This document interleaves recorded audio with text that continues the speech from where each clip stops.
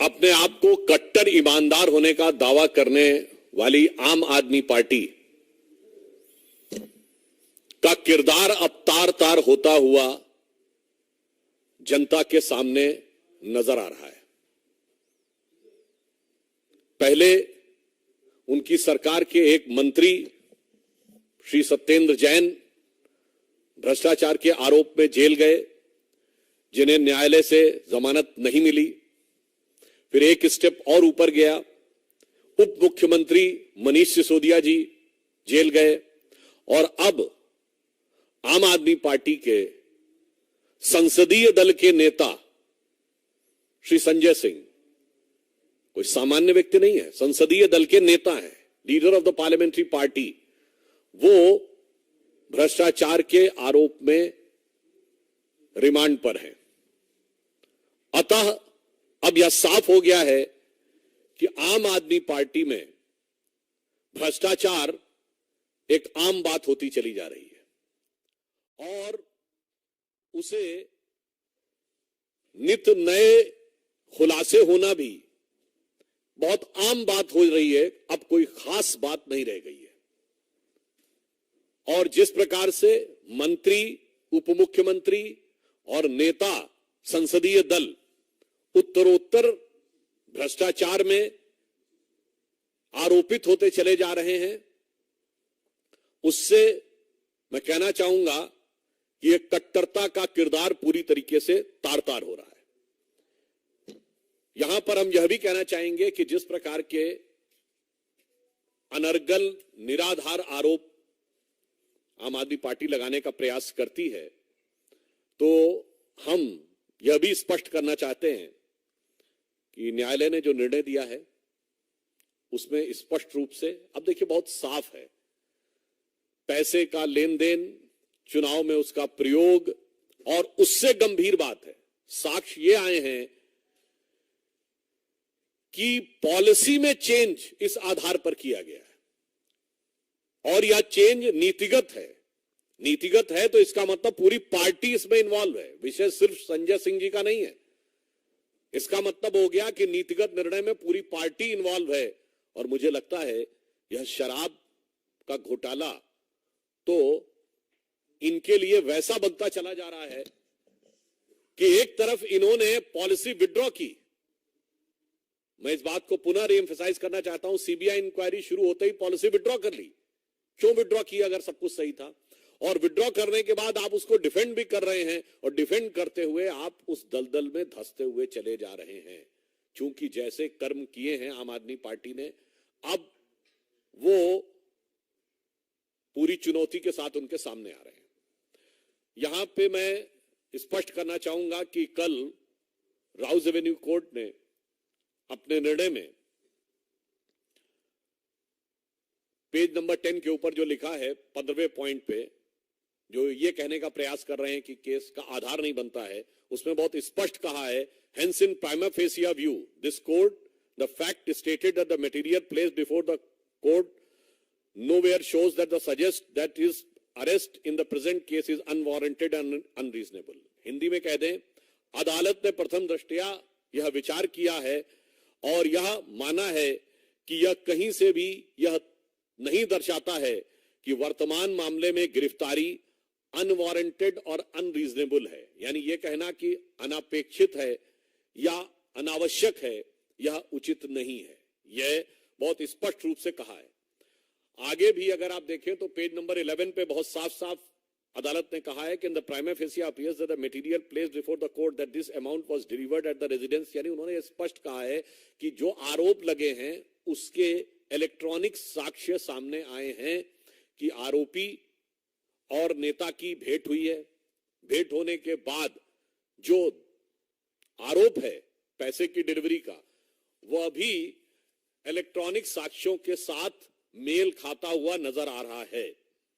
अब मैं आपसे एक और पॉइंट कहना चाहूंगा कि जजमेंट के पॉइंट नंबर 13 को अगर आप पढ़ें पेज नंबर 12 पे, तो उसमें अंतिम 2 लाइनों में कोर्ट ये कहता है, दो the veracity of these statement will be tested during the course of trial only but for the purpose of investigation and such statement has to be believed and taken into consideration. उन्होंने कहा कि वास्तविकता में दोष का निर्धारण जांच के बाद होगा, पर प्रथम दृष्टया जो साक्ष्य हैं वो विश्वास करने योग्य और कार्रवाई शुरू करने योग्य नजर आ रहे हैं। तो अब इसमें कोई किंतु परंतु का स्कोप नहीं है।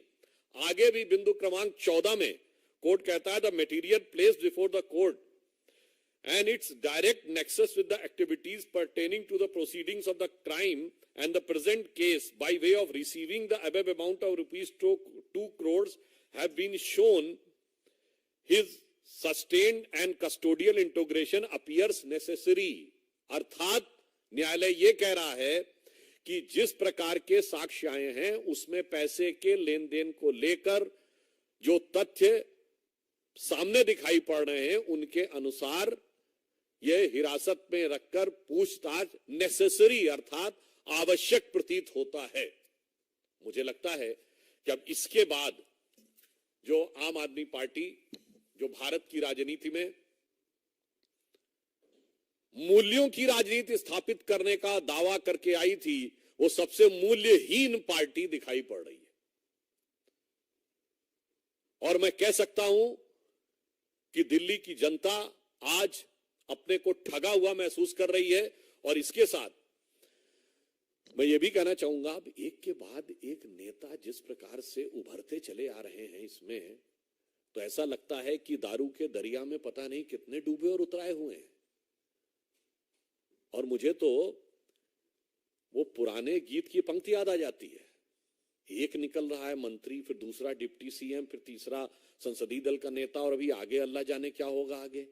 तो मुझे वह पंक्ति याद आती है, जिसको देखो वही आज मदहोश है, आज तो ये दीवाना गजब ढा गया। मतलब अब एक के बाद एक जिस प्रकार के कैरेक्टर्स उभर के सामने आते जा रहे हैं, मुझे लगता है इसके बाद श्री केजरीवाल जी की बातों की निर्लज्जता और धृष्टता पूरी तरीके से जनता के सामने आ गई है। इसलिए हमारा यह मानना है कि अब यह देश की जनता के लिए भी एक विचार का विषय है, फूड फॉर थॉट है। जो लोग राजनीति में नए प्रयोग की बातें करते हैं, यह एक्सपेरिमेंटल पॉलिटिक्स का दौर अब नहीं है। भारत प्रखरता के साथ, दृढ़ता के साथ नई भूमिका को निभाने के लिए जहां विश्व पटल पर उभर रहा है, यहां ये तरह तरह के एक्सपेरिमेंट्स करने के प्रयास होते हैं। उन एक्सपेरिमेंट्स का परिणाम कितना दुखद और देश के लिए खतरनाक हो सकता है, और उन प्रयोगों के चेहरे पर चढ़ा हुआ मुखौटा कितनी जल्दी उतर सकता है, यह भी समझना चाहिए। बहुत स्पष्ट है कि अब किसी भी प्रकार का प्रयोग भारतीय राजनीति के लिए घातक हो सकता है। यह मेरे विचार से आम आदमी पार्टी के अन्ना आंदोलन से निकली आम आदमी पार्टी के इस चरित्र के बाद यह भी एक विचार के लिए तथ्य देश की जनता के सामने है, और देश की प्रबुद्ध जनता इसे समझ रही होगी। धन्यवाद।